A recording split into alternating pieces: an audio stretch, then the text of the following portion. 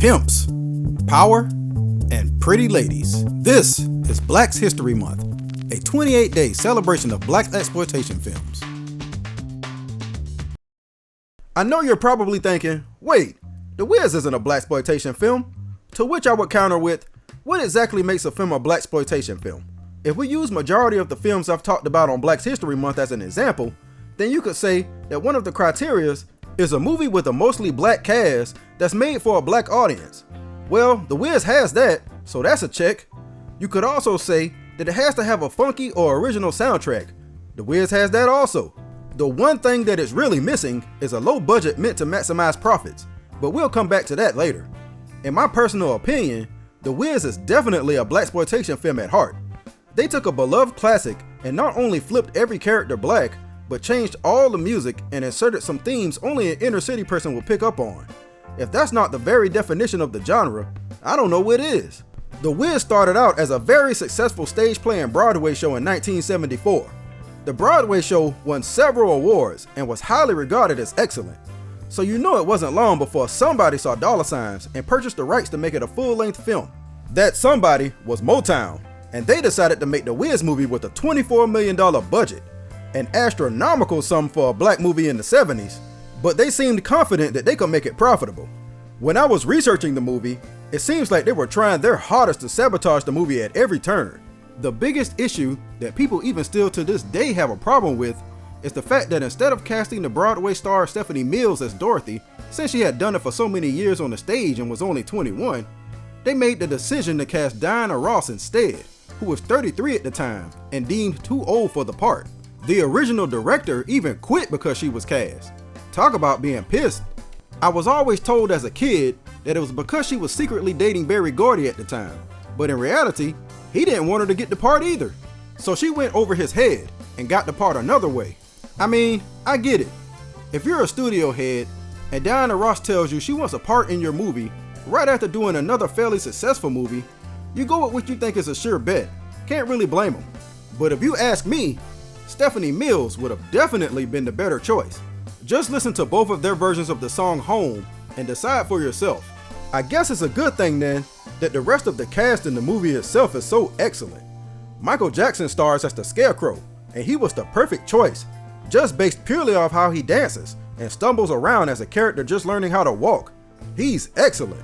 Oh yeah, he can sing too. That's kind of important since this is a musical and everything. Considering the fact that originally they wanted J.J. Walker from Good Times to play the Scarecrow, I would say they made the right choice. The Tin Man is played by Nipsey Russell, and for anybody still on the fence about this being a blaxploitation movie, you can't tell me the Tin Man isn't a pimp.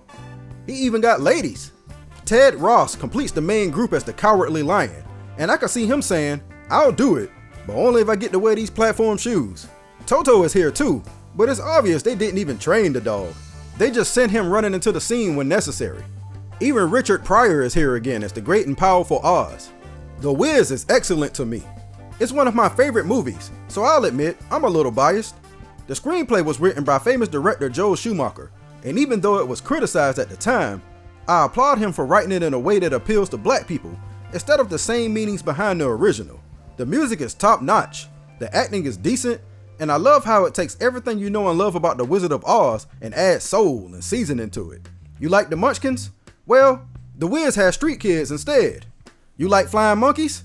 Well, our monkeys don't fly, but they got a hell of a biker gang. What about the poison poppies from the Wizard of Oz? Yep, The Wiz has, well...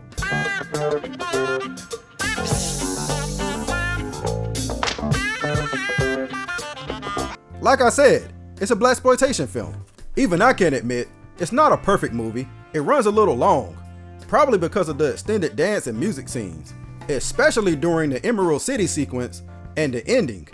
It can also be a little scary for young children, but I don't think that was intentional. I honestly didn't even notice the nightmare fuel until I got older.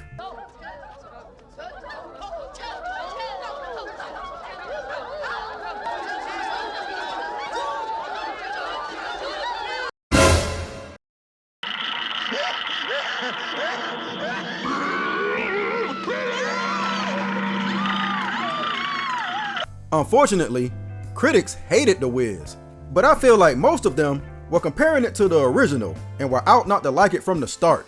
Some criticized how cheap the set pieces looked. I can agree with that. Makes you kind of question the big budget. Where did all the money go? To Diana Ross's hair? Some criticized Diana Ross, which is also fair. Some movie theaters outright refused to play the movie out of loyalty to the original, and because of that, it was a financial failure. Personally, I've always felt like the original Wizard of Oz is overrated and never liked it, so I'm glad that a version was made that appealed to me. The movie has become a cult classic over the years and has come to be far more appreciated. The only sad thing about this movie being made is that the old idea that you can make an all-black movie and it would bring in a ton of money in mostly black neighborhoods was dead. It can be said that the Wiz officially killed the Blaxploitation era, and black cinema wouldn't recover until the 1990s. If this is considered the end, then I gotta say, at least it went out on a high note.